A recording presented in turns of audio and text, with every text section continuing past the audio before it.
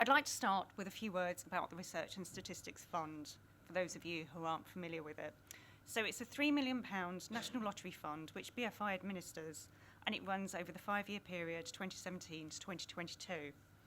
Through that fund, we produce independent and rigorous research and data, which is made available for free to the screen sector and beyond.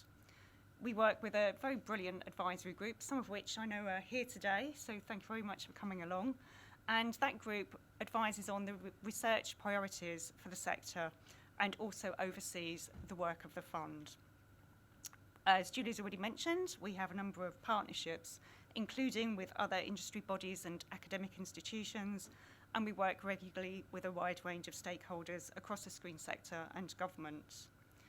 Disseminating our research and data is one of our core objectives, and so today you'll be hearing about just a few of the research studies and the data sets that we have underway, including, as Julie's already mentioned, the future of the box office, film in the wider world, and horizon scanning. So on that note, I'd like to talk a little bit more about how horizon scanning work and why we've decided to undertake it. We know that the way we make, tell, and consume stories is changing. So on this slide, and the next, there are two quotes, one from Morgan Spurlock and one from the Real-Time Arts Manifesto, which illustrate that. When I was growing up, there were two places where you told stories and reached people, at a movie theatre or on a television. Now, suddenly, you can reach people on their tablets, their computers, and their phones. To be able to create content that's even more specific to that audience is exciting.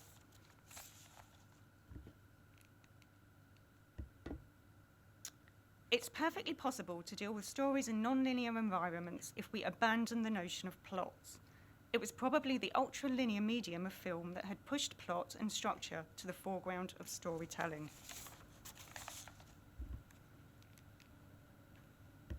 As you'll all be well aware, the experience of story is affected by wider consumer trends, and these and other external drivers of social cultural trends are transforming the screen sector.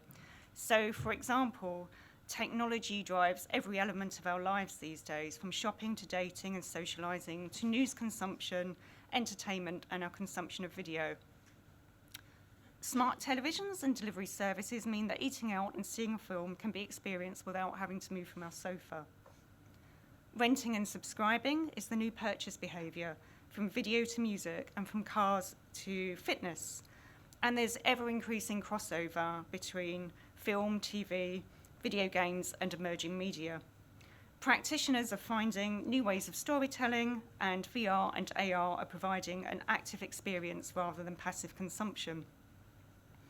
And young adults in particular are spending less money on buying things and more on doing things, and then they tell everybody about it afterwards. So from travelling to entertainment, there's an increasing desire to try or test new experiences.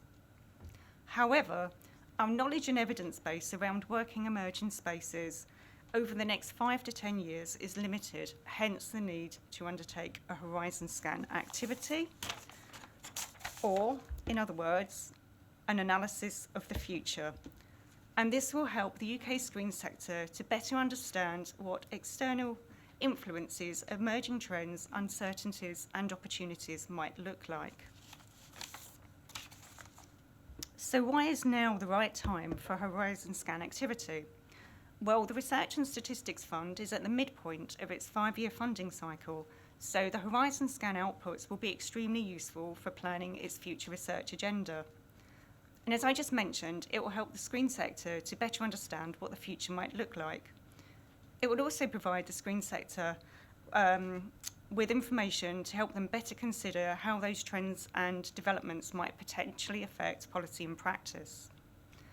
And in terms of BFI, the horizon scan outputs will provide the organisation with an opportunity to clarify its role in the changing screen landscape and for its strategy for the next period, 2022 to 2027, to take account of broader screen and broader trends.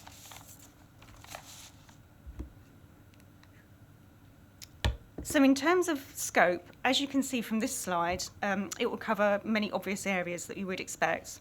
But the Horizon Scan would also cover the UK in a post-Brexit world, the effects of climate change, technological innovation, broader consumer and societal change, as well as changing value systems and well-being concerns.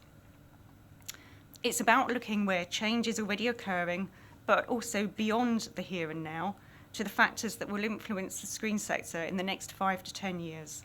And in case you're wondering, this timeframe was selected on the basis that 5G won't be properly up and running in the next 5 years, but anything beyond the next 10 years is probably too far ahead. So towards the end of last year, we went through an open procurement process for a supplier to undertake the horizon scan for us. Ipsos Mori put together the most interesting, compelling and creative bid and were awarded the contract. So now I'd like to hand over to Sarah Castell, who's Head of Futures at Ipsos Mori, and she'll tell us more about their approach.